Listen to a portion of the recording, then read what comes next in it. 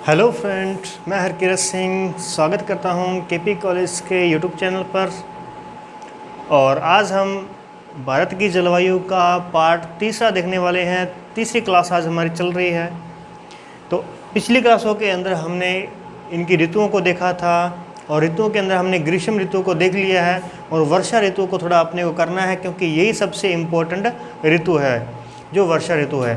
तो चलिए शुरू करते हैं वर्षा ऋतु से। वर्षा ऋतु, इसके बारे में मैंने काफ़ी कुछ आपको बता दिया था, तो मैं उनसे आगे ही कंटिन्यू करता हूँ, क्योंकि अपनी क्लासें जो है काफ़ी ज़्यादा लंबी चल रही हैं और सिलेबस अपने को कवर करना है। तो देखिए, वर्षा ऋतु हमने देख ली थी कि मध्य जून से लेकर के मध्य सितंबर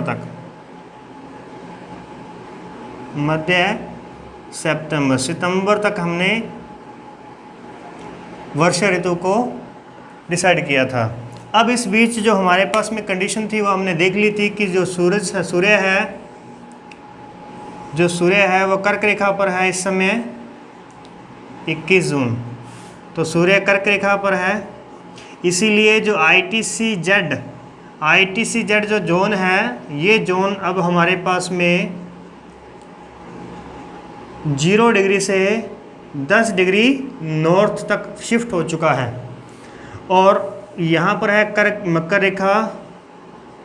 तो मकर रेखा से जो पवनें चलती थी, सेट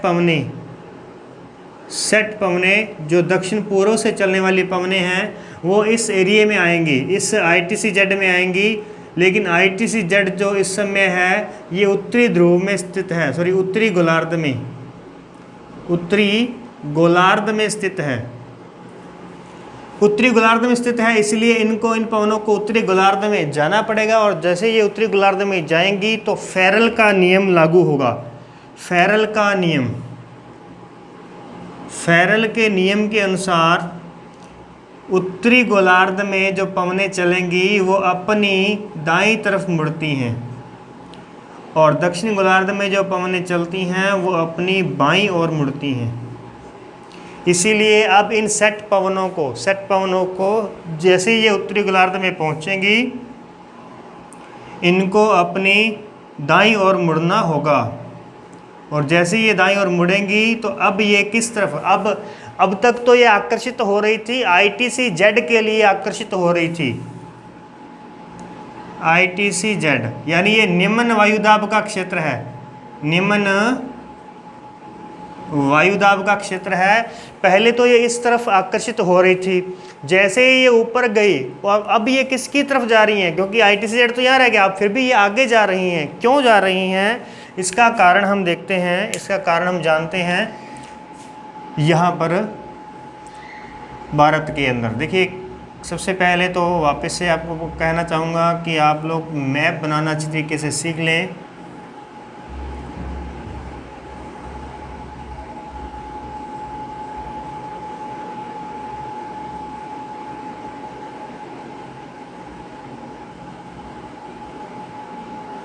तो ये हमारे पास में इंडिया आ चुका है, ठीक है।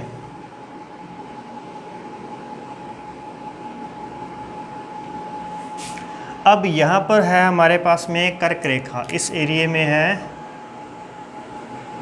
कर्क रेखा और कर्क रेखा पर सूरज इस समय सीधा चमक रहा है, जिस वजह से लो प्रेशर के जो क्षेत्र हैं, लो प्रेशर के 2 क्षेत्र हमारे पास में इस समय बन रहे हैं। कौन कौन से बन रहे हैं? एक हमारे पास बन रहा है यहाँ पे थार का मरुस्थल और एक बन रहा है तिब्बत का पठार। ये दोनों अभी यहाँ पे लो प्रेशर है। इस वजह से जो यहाँ पर नीचे जो भूमध्य रेखा है, ये हमारे पास में कौन सी है? 0 डिग्री, यानी भूमध्य रेखा। अब इस भूमध्य रेखा को पार करते हुए जैसे ही ये पवनें आगे आती हैं, आगे बढ़ती हैं उत्तरी गोलार्ध में, वैसे ही इनकी दिशा जो है वो दक्षिण पश्चिम हो जाती है। ये पवनें यहाँ पर किस दिशा से आ रही थी? ये दक्षिण पूर्व से आ रही थी। दक्षिण पूर्व ट्रेड सेट पवनें थी, जो कि अब यहाँ पे बन चुका है साउथ वेस्ट मानसून, ठीक है, यानी कि हम इसे कहेंगे दक्षिण पश्चिम मानसून। अब ये किसकी तरफ आकर्षित हो रहा है? अब ये इन दोनों की तरफ आकर्षित हो रहा है। और ये बात सिर्फ इंडिया की नहीं है, ये मैंने आपको कल भी बताया था कि ये पूरे विश्व पर इनका जो क्षेत्र है वो ऐसा रहेगा। ये इंडिया से पार भी अगर हम देखेंगे तो ये इस तरीके से ही आगे बढ़ेगा। अब यहाँ पर क्या है कि जैसे ही इस क्षेत्र में आता है तो भारत का यहाँ पर त्रिभुजाकार क्षेत्र होने की वजह से इस दक्षिण पश्चिम मानसून की दो शाखाएं बन जाएंगी। ये दक्षिण पश्चिम मानसून है, इसकी दो शाखाएं बन जाएंगी। एक शाखा रहेगी हमारे पास में अरब सागरीय है और एक रहेगी बंगाल की खाड़ी की शाखा। तो ये हमारे पास में है अरब सागरीय शाखा, अरब सागरीय शाखा, और इस तरफ है हमारे पास में बंगाल की खाड़ी की शाखा, बंगाल की खाड़ी की शाखा। ओके, अब हो क्या रहा है, यहाँ की पवनें अब जा रही हैं, आगे बढ़ रही हैं, और जैसे ही ये आगे बढ़ेंगी तो ऊपर से ध्यान रखिएगा, इस तरफ से हमारे पास में एक पवन और चल रही है, ऐसे चल रही हैं, ये पवनें भी चल रही हैं। ये पवनें होती हैं नेट पवनें, नेट नॉर्थ ईस्ट ट्रेड, ठीक है, नेट पवनें होती हैं ये ऐसे चलती हैं ITCZ की तरफ, और सेट पवनें दक्षिण पूर्व से चलती हैं, वो भी ITCZ की तरफ चलती हैं। अब जैसे ही ये पवनें आती हैं यहाँ पे तो ऊपर से नेट पवनें आ रही हैं। अब इन नेट पवनों के साथ जो ये यहाँ पर क्या होता है, एक वाताग्रह निर्मित होता है, वाताग्रह, यानी कि एक पवन ऐसी गई, दूसरी पवन ऐसी आई, तो उसने इसका, जहाँ से ये पवन आ रही है उसने इसका खाली स्थान भरने के लिए इसकी तरफ टर्न लिया। अब यहाँ से जहाँ से ये पवन आ गई वहाँ पर इसने अपना टर्न लेगी, ये पवन टर्न लेगी, ठीक है। और जैसे ही ये पवन टर्न लेगी तो इस प्रकार से अब इनके बीच में एक सर्कल बन जाएगा, एक सर्कल बन जाएगा, यानी ये एक चक्रवात का रूप धारण कर लेंगी, चक्रवात, ठीक है। यानी यहाँ पर क्या बनेंगे, अब यहाँ पर बनेंगे उष्णकटिबंधीय चक्रवात बनेंगे, ठीक है, साइक्लोन बनेंगे यहाँ पर। तो ध्यान रखिएगा, अरब सागर के अंदर भी साइक्लोन बनते हैं, और बंगाल की खाड़ी में भी साइक्लोन बनते हैं। लेकिन अभी हम साइक्लोन की बात अभी थोड़ा रुक के करते हैं, चक्रवात, ठीक है, साइक्लोन की बात अभी अपन 2 सेकंड रुकेंगे, थोड़ा रुक करके करते हैं। उससे पहले मैं इसको एक बार आगे ले चलता हूं। तो देखिए, अब अरब सागरीय शाखा जो है वो अरब सागर में चलेगी और बंगाल की खाड़ी शाखा बंगाल में चलेगी। अब अरब सागरीय शाखा भारत में 3 तरीके से प्रवेश करेगी, 3 उप शाखाओं से प्रवेश करेगी।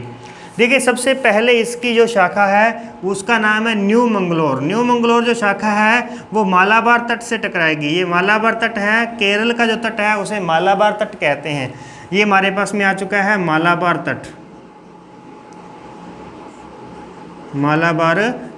मालाबार तट के ऊपर हम बात करते हैं तो 1 जून को मानसून आकर के टकराता है। 1 जून को मानसून जो है वो मालाबार तट पर आकर के टकराता है, ठीक है। उसके बाद में अरब सागर की दूसरी शाखा जो है, दूसरी शाखा की हम बात करते हैं तो ध्यान रखिएगा, उससे पहले आपको भारत का फिजिकल मैप पता होना चाहिए। फिजिकल मैप में बात करते हैं तो ये हमारे पास में पश्चिमी घाट है, पश्चिमी घाट, इस तरफ क्या है हमारे पास में, पश्चिमी घाट है। इधर से उठा हुआ भाग है भारत का, तो उठा हुआ भाग है यानी एक पहाड़ी है, उस पहाड़ी से जब ये मालाबार की शाखा ये न्यू मंगलोर की शाखा जब यहाँ पे आकर के टकराएगी ना, तब वो शाखा एक पहाड़ी की तरह है। जैसे यहाँ पे पहाड़ी है, पश्चिमी घाट, ये है पश्चिमी घाट। अब इससे आकर के यहाँ पर ये बादल जो है वो बादल यहाँ पर आकर के टकरा रहे हैं। अब जैसे ही ये बादल टकरा रहे हैं तो आगे इनको रुकावट, अवरोध मिल रहा है। इस अवरोध के चलते अब ये बादल जो है पीछे से और बादलों की वजह से अब ये थोड़ा ऊपर उठेंगे। जैसे ही ये ऊपर उठेंगे तो जैसे जैसे ऊंचाई पे जाएंगे तापमान में कमी आएगी, और तापमान में जैसे ही कमी आती है तो हवा की आर्द्रता ग्रहण करने की क्षमता कम हो जाती है। कहने का मतलब जहाँ वो पहले 10 ग्राम पानी को उठा सकती थी हवा, अब वो वहाँ पर 10 ग्राम उसके लिए भारी महसूस होगा उसको, और जैसे ही भारी महसूस होगा तो वो उसको वहाँ पे पानी को ड्रॉप कर देगी हवा, और जैसे ही उससे ड्रॉप करेगी तो यानी कि अब क्या होगा, यहाँ पे बरसात होना शुरू हो जाएगी। इस एरिया में क्या होता है, यहाँ पे बरसात होती है। और जैसे ही ये बादल धीरे धीरे हल्के होते आगे निकलते हैं तो आगे जाते जाते इनके पास में आर्द्रता जो होती है वो ख़त्म हो जाती है, ना के बराबर आर्द्रता रह जाती है, जिस वजह से इस तरफ तो बरसात होती है और इस तरफ का जो भाग है वो एरिड रह जाता है, यानी कि इस तरफ का भाग जो है वो शुष्क रह जाता है, यानी कि सूखा रह जाता है। तो इस एरिए को हम कहते हैं वृष्टि छाया प्रदेश।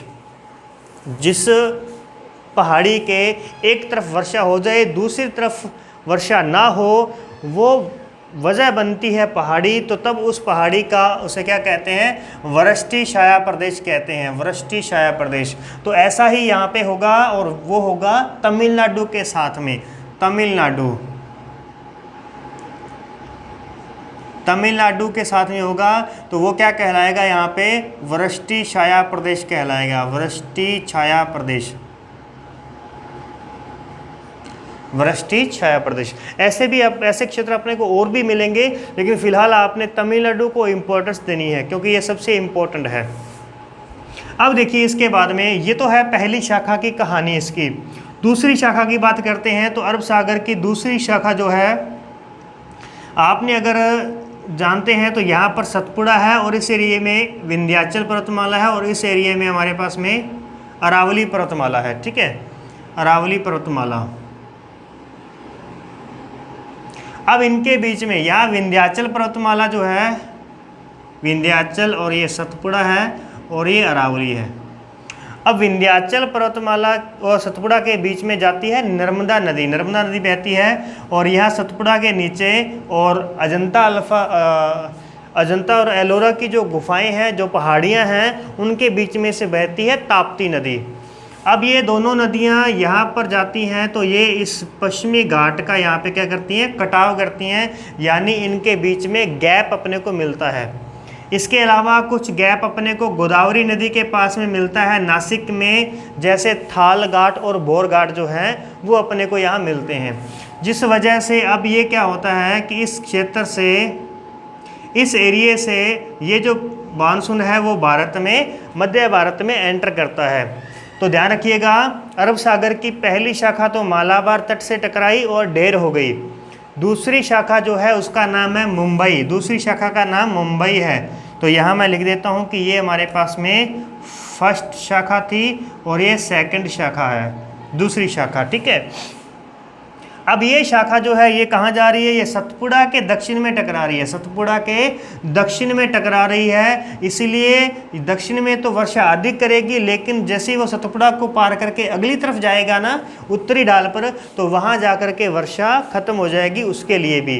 कैसे, जैसे ये हमने यहाँ पर देखा था। ठीक है, तो ये था हमारे पास में दूसरी बात।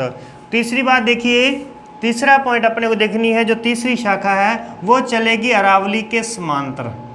अरावली जो है हमारे पास में, ये अरावली है, यहाँ से एंटर करेगी तो ये अरावली के दक्षिण में भी टकराएगी। ये शाखा अरावली के दक्षिण में, जहाँ माउंट आबू वगैरह क्षेत्र है, उस पहाड़ी इलाके में वर्षा करेगी, लेकिन बाकी जो पश्चिमी राजस्थान है वहाँ वर्षा नहीं होती, क्योंकि वहाँ कोई अवरोध नहीं मिल पाता। तो इस प्रकार से ये तीसरी शाखा जो है, जिसका नाम सौराष्ट्र शाखा है, वो राजस्थान के ऊपर से आगे बढ़ जाती है। ठीक है, तो इसके बाद देखिए, अब इसी की अरब सागरीय शाखा की जो तीसरी शाखा है ना, सौराष्ट्र, इसी की कुछ शाखा जो है वो इस तरफ विंध्याचल की, यानी ताप्ती नदी घाटी से एंटर करती है, सॉरी नर्मदा नदी से एंटर करती है। नर्मदा नदी घाटी से जब वो एंटर करती है तो वो भी क्या करती है, विंध्याचल पर्वतमाला के दक्षिण में वर्षा करती है, उत्तर में वर्षा नहीं करती, यानी कम करती है वर्षा।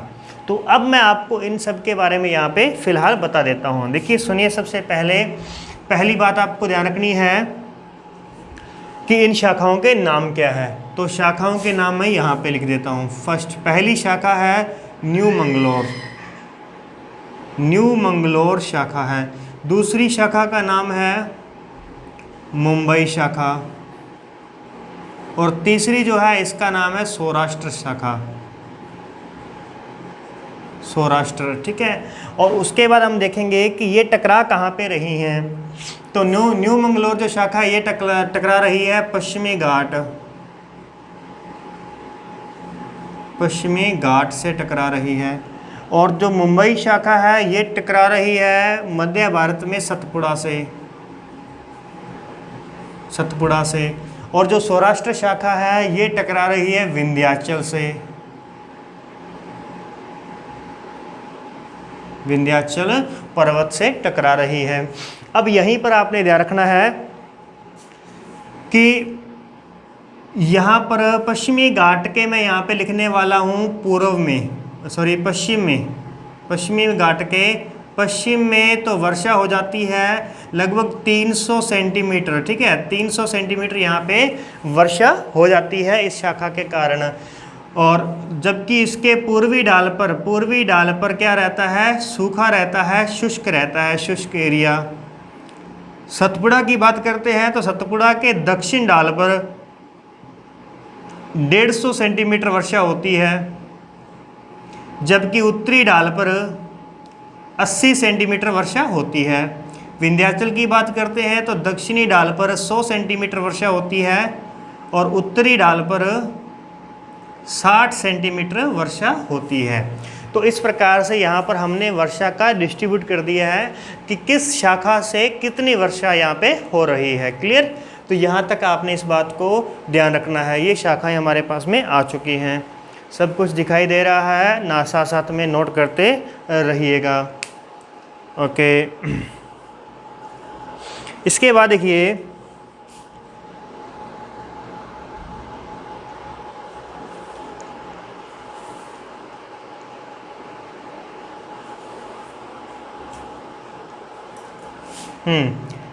अब हम बात करने वाले हैं बंगाल की खाड़ी की शाखा की, ठीक है। उसको हमने अलग अलग तरीके से बांट दिया था, लेकिन आपने यहाँ पे देखा कि ना तो अभी तक तिब्बत का लो प्रेशर शांत हुआ है, ना ही अभी तक मरुस्थल का लो प्रेशर शांत हुआ है। वो शांत कब होगा? जब उनको वर्षा मिलेगी तभी वो शांत होंगे। तो इसका मतलब अभी भी वहाँ पर लो प्रेशर बने हुए हैं और वो अपनी तरफ आकर्षित कर रहे हैं इस मानसून को। लेकिन ये है बंगाल की खाड़ी का मानसून। अब हम इसकी बात करते हैं, इस शाखा की। ये शाखा आगे बढ़ते हुए यहाँ पर फिर से आपको फिजिकल मैप को ध्यान रखना है कि यहाँ उत्तर में हमारे पास में क्या है, हिमालय पर्वतमाला है। इस प्रकार से ये इस प्रकार से हमारे पास में हिमालय पर्वतमाला है। अब होगा क्या कि यहाँ से जो शाखा जाएगी ऊपर की ओर, तो ये शाखा बंगाल की खाड़ी की जो शाखा है ये भारत में दो शाखाओं के रूप में, दो उप शाखाओं के रूप में एंटर करती है। पहली शाखा इसकी हम बात करते हैं, पहली शाखा। तो पहली शाखा जाएगी सीधे ही पहाड़ियों के बीच में, गारो, खासी और जयंतिया। ये पहाड़ियों के नाम ध्यान रखना, ये पश्चिम, फर्स्ट, सेकंड और ये थर्ड। ये जो है ये पूर्व से पश्चिम, सॉरी पश्चिम से पूर्व, पश्चिम से पूर्व। इनके नाम क्या है? गारो, खासी और जयंतिया। इसके साथ ही एक और भी है जिसका नाम है पटकाई भूम, ठीक है, पटकाई भूम। तो ठीक है, फिलहाल रुक जाइए। अब तीन ये पहाड़ियाँ हैं। अब इन तीन पहाड़ियाँ, इन तीनों का जो आकार है वो कैसा है? कीपाकार, कीपाकार है, यानी कीप नुमा है। ये पहाड़ियाँ कीप नुमा है, यानी एक प्रकार से कीप है जिसके अंदर ये मानसून जाएगा और मानसून जाकर के बाहर नहीं निकल पाएगा।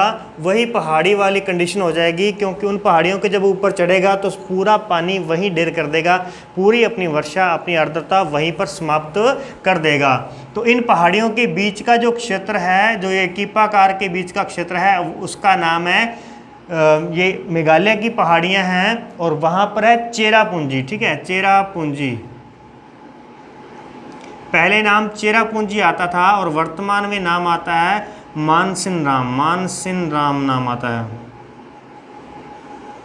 मानसिन राम। ठीक है, इस मानसिन राम पर क्या करती है, यहाँ पर जाकर के पूरी ढेर हो जाती है और यहाँ पर करती है 1140 सेंटीमीटर वर्षा करती है, 1140 सेंटीमीटर वर्षा इस क्षेत्र में करती है, जो कि विश्व में सर्वाधिक वर्षा वाला स्थान कहलाता है मानसिन राम। क्लियर? तो ये चीज़ आपने यहाँ पर ध्यान रखनी है। कहाँ पर स्थित है? चेरापूंजी में। और ये कहाँ पर है?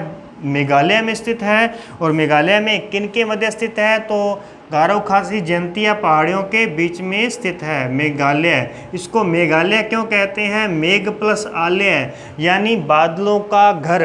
ये बादलों का ही घर है, बादल यहीं पर ही ढेर हो जाते हैं। और ये बात आज की नहीं है, ये सदियों से ही ऐसे ही चला आ रहा है। ओके, ठीक है। इसकी दूसरी शाखा जो है वो इस प्रकार से यहाँ एंटर करती है पश्चिम बंगाल से। पश्चिम बंगाल से जब ये एंटर करती है तो तब आप देखेंगे कि यहाँ पर इस हिमालय पर्वतमाला का जो ढाल है वो इस तरीके से धनुष्याकार है। इसकी आकृति ये यूं इस प्रकार, जैसे ही वो यहाँ आती हैं तो इनको आकर्षित करता है ये लो प्रेशर। इनको थार मरुस्थल का लो प्रेशर आकर्षित करता है अपनी तरफ। ये ऊपर चढ़ने की बजाय, हिमालय की ऊंचाइयों पर चढ़ने की बजाय अब ये कहाँ हो जाएंगी? ये मुड़ जाती हैं पश्चिम की तरफ। ये पश्चिम की तरफ मुड़ जाएंगी और जब ये पश्चिम की तरफ जाएंगी तो इनको आगे तक मिलेगी अरावली पर्वतमाला। आगे इनको मिलने वाली है अरावली पर्वतमाला। अब इस अरावली पर्वतमाला के पूर्वी ओर टकराती हैं, ये पूर्व की तरफ टकरा करके वहीं ढेर हो जाती हैं। पश्चिम में वर्षा नहीं कर पाती, यानी थार मरुस्थल का लो प्रेशर शांत नहीं होता। तो यहाँ पर हम कहेंगे कि थार मरुस्थल जो है वो भी एक वृष्टि छाया प्रदेश है। लेकिन ये बात आपको ध्यान रखनी है कि वो किसका वृष्टि छाया प्रदेश है? बंगाल की खाड़ी का या अरब सागर का या दक्षिण पश्चिम मानसून का? तो तब आप क्या कहेंगे उसके लिए कि ये बंगाल की खाड़ी की शाखा जो है उसका वृष्टि छाया प्रदेश कहलाएगा। जबकि तमिलनाडु को हमने देखा था कि जो तमिलनाडु है ये वृष्टि छाया प्रदेश कहलाएगा किसका? दक्षिण पश्चिम मानसून का। दक्षिण पश्चिम मानसून का ये वृष्टि छाया प्रदेश कहलाता है। ओके, तो आशा करता हूँ आपको यहाँ तक बात जो है समझ में आई होगी। अगर कोई कहीं डाउट हो तो आप कमेंट्स कर सकते हैं और वीडियो को रिवर्स कर सकते हैं, दोबारा से आप देख सकते हैं। चलिए इसके बाद में हम आगे बढ़ते हैं। यहाँ तक मैंने कल आपको बताया था कि अरब सागरीय शाखा 3 भागों में एंटर करती है और बंगाल की खाड़ी की शाखा 2 उप शाखाओं के रूप में एंटर करती है। तो वो हमने आज देख लिया है। चलिए इसके बाद में आगे बढ़ते हैं। ये हमने फर्स्ट देखी थी और ये हमने सेकंड देखी थी। ठीक है, अब हम बात कर रहे थे साइक्लोन्स की। ठीक है, साइक्लोन की बात कर रहे थे हम कि अरब सागर के साइक्लोन और बंगाल की खाड़ी के साइक्लोन। ये आपने देख लिया कि साइक्लोन क्यों बन रहे हैं। 2 अलग अलग राशियों की वजह से बन रही हैं, वायु राशियों की वजह से इनमें क्या हो रहा है, ये चक्रवात बन रहे हैं। एक ठंडी जो वायु राशि होती है और एक गर्म वायु राशि होती है। जब वो आपस में एक दूसरे का स्थान ग्रहण करती हैं तो वो एक इस प्रकार से टर्न लेना शुरू करती हैं और उस टर्न से ये क्या कर देती हैं, एक चक्रवात की उत्पत्ति हो जाती है। और ध्यान रखिएगा कि जो उष्ण कटिबंधीय चक्रवात होते हैं, उष्ण कटिबंधीय चक्रवात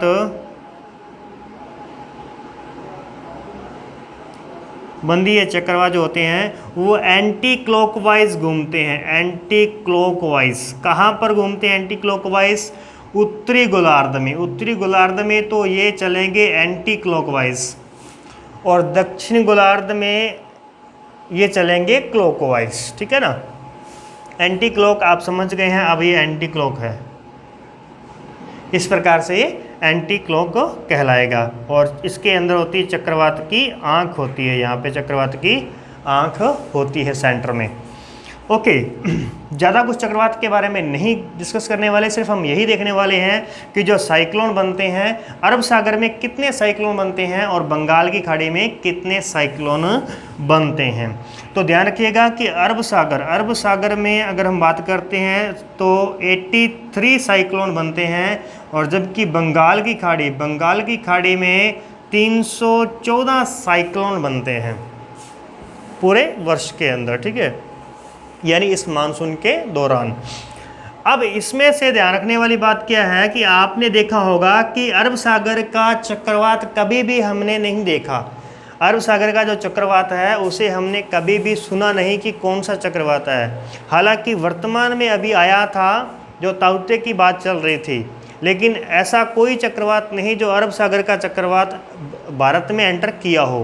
कारण क्या है? उसका कारण है एंटी क्लॉकवाइज। इसका कारण है जैसे ही वो एंटी क्लॉकवाइज घूमता है तो यानी उसकी रिवर्स उस तरफ चला जाता है। यहाँ से जैसे ही एंटी क्लॉकवाइज बनेंगे तो इस प्रकार से चलेंगे, ऐसे ही एंटी क्लॉकवाइज बनते बनते ये इस प्रकार से जाते हैं। तो ये जो है बंगाल की खाड़ी के जो चक्रवात हैं यही सबसे अधिक इस पूर्वी तट को प्रभावित करते हैं, इस पूर्वी तट को यही प्रभावित करते हैं। तो बंगाल की खाड़ी के जो चक्रवात हैं वो किन को प्रभावित करते हैं? तो आपने सुना होगा उड़ीसा जो है सबसे अधिक प्रभावित होता है, दूसरा है अरुणाचल प्रदेश, और उसके बाद में तीसरा है तमिलनाडु। ये जो राज्य हैं ये तटीय राज्य हैं और ये सबसे अधिक प्रभावित होते हैं। तो यहाँ तक आपको बात क्लियर है, और इसके बाद हम अगली देखते हैं, अगली ऋतु के बारे में हम चलते हैं, ठीक है। तो कोई भी डाउट है तो जल्दी से कमेंट करके बता सकते हैं आप।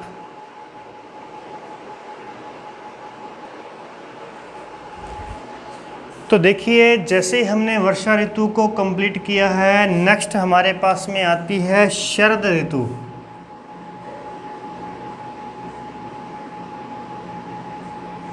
शरद ऋतु आती है हमारे पास में। तो इस शरद ऋतु के अंदर अगर हम बात करते हैं तो इसका हमने टाइम डिसाइड किया है 15 सितंबर से लेकर के 15 नवंबर तक, ठीक है। सितंबर से लेकर के नवंबर तक की हमने बात इसमें की है। उसके बाद में क्या होता है, इस टाइम पीरियड में हम बात करते हैं तो इस समय 15 सितंबर यानी कि बात करते हैं 23 सितंबर की, ठीक है। 15 सितंबर के बाद का बात हो रही है, इसका मतलब 23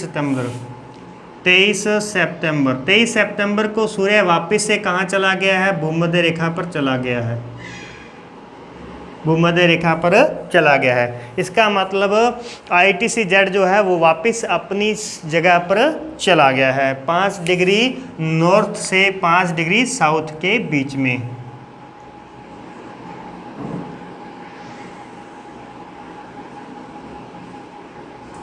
तो इस एरिया में जब ये गया है इसका मतलब सब कुछ वापस शांत हो जाएगा। जैसे ही यहाँ पर इस टाइम पे ये समय आता है शरद ऋतु का, इस समय मौसम साफ़ हो जाता है, थोड़ी बहुत गर्मी महसूस होने लगती है। लेकिन अक्टूबर माह के अंदर एकदम से तापमान नीचे गिरेगा। उससे पहले हम देखते हैं कि इस शरद ऋतु को हम मानसून प्रत्यावर्तन काल कहते हैं। मानसून प्रत्यावर्तन काल कहते हैं, यानी इसे लौटते मानसून का काल कहा जाता है, लौटते मानसून का काल कहा जाता है। और इसी को ही उत्तरी पूर्वी मानसून कहते हैं, उत्तरी पूर्वी मानसून कहते हैं। ये ज़्यादातर दक्षिण भारत में ही देखा जाता है। उत्तर भारत में हम राजस्थान जब पढ़ते हैं तो राजस्थान में हम 3 ही ऋतुओं को डिसाइड करते हैं, 4 को नहीं करते, लेकिन भारत के अकॉर्डिंग इसको रखना ज़रूरी है। इस समय कहाँ पर इम्पोर्टेंस होगी, देखिए उत्तर पूर्व, यहाँ पर हमारे पास में हिमालय पर्वतमाला है, यहाँ हमारे पास में हिमालय पर्वतमाला हुई। और इस ऊपर से जो आने वाली पवनें हैं वो आपको पता है कि यहाँ से नेट पवनें चलती हैं और ये फिक्स हैं, इसीलिए ये चलती ही रहती हैं। वैसे इनका एरिया थोड़ा चेंज हो जाता है कि थोड़ी सी ये पीछे से चलना शुरू हो जाती हैं और यहाँ नीचे जाएगा जब सूर्य तब आगे से चलना शुरू हो जाएंगी। अब ये पवनें ऊपर से आ रही हैं, ये नेट पवनें नॉर्थ ईस्ट ट्रेड आ रही हैं यहाँ से। अब ये पवनें इस प्रकार से जाएंगी, लेकिन ये पवनें जब ये आती हैं ना, ये अपने साथ में ठंडी हवाएं लेकर के आती हैं ऊपर से, लेकिन हिमालय बीच में आने की वजह से ये हिमालय के ऊपर चढ़ती हैं और ऊपर चढ़ कर के ठंडी हो जाती हैं और वहीं पर ही बर्फ़ के रूप में जमा हो जाती हैं। इसलिए आपने देखा होगा कि हिमालय पर वर्ष भर बर्फ़ जमी रहती है। अब इसकी वजह से ही भारत में ठंड नहीं प्रवेश करती, ठंडी हवाएं प्रवेश नहीं करती। इस वजह से भारत में वो ठंड नहीं पड़ती जो हमारे उपोष्ण कटिबंध में होते हुए पड़नी चाहिए थी, क्योंकि हम उपोष्ण, भारत का आधा हिस्सा उपोष्ण कटिबंध में आता है और वहाँ पर जो सा जलवायु होती है वो जलवायु भारत में नहीं मिलती। उसकी वजह हिमालय पर्वतमाला यानी कि भारत के ऊंचावच हैं और इसीलिए हमने डिसाइड किया था कि भारत की जो जलवायु है वो रहेगी उष्ण कटिबंधीय। ठीक है, तो अब देखिए, अब यहाँ से ये पवनें लौटना शुरू हो जाती हैं, यहाँ से स्थानीय पवनों के रूप में ये भी क्या हो जाती हैं, इस प्रकार से वापस पवनें जो है वो चलना शुरू हो जाती हैं, क्योंकि अब ये लो प्रेशर नीचे की तरफ है तो उस तरफ हवाएं जाएंगी। तो जैसे ये पवनें यहाँ से गुजरती हैं इस प्रकार से, तो ये किसी काम की नहीं, लेकिन ये जो पवनें हैं बंगाल की खाड़ी के ऊपर से जो पवनें जा रही हैं, ये पवनें अपने साथ में आर्द्रता ग्रहण करती हैं। यहाँ से क्या करती हैं, ये आर्द्रता ग्रहण करती हैं और इसके बाद में ये वर्षा करती हैं तमिलनाडु के तट पर। जो तमिलनाडु दक्षिण पश्चिम मानसून का वृष्टि छाया प्रदेश था, अब वहीं पर ही वर्षा करने वाली ये पवनें हैं। ठीक है ना, वो वहीं पर ही वर्षा करती हैं। तो इसलिए लौटते हुए मानसून से वर्षा कहाँ होती है, तो तमिलनाडु में वर्षा होती है, तमिलनाडु। तो ये बात लौटते मानसून की है। इसके बाद देखिए, इसके बाद में आ जाती है हमारे पास में शीत ऋतु। शीत ऋतु, इसे हम नेक्स्ट क्लास में देखते हैं। फ़िलहाल आज की क्लास में इतना ही। आप लोग क्लास में यूँ ही बने रहें, वीडियो को ज़्यादा से ज़्यादा शेयर करें और ये क्लासें आपकी कंपटीशन की क्लासें बिल्कुल हैं और ये आपके बहुत काम आने वाली हैं। इसीलिए शेयर करें, लाइक करें और सब्सक्राइब करें चैनल को। तो मिलते हैं नेक्स्ट वीडियो के अंदर, तब तक के लिए धन्यवाद।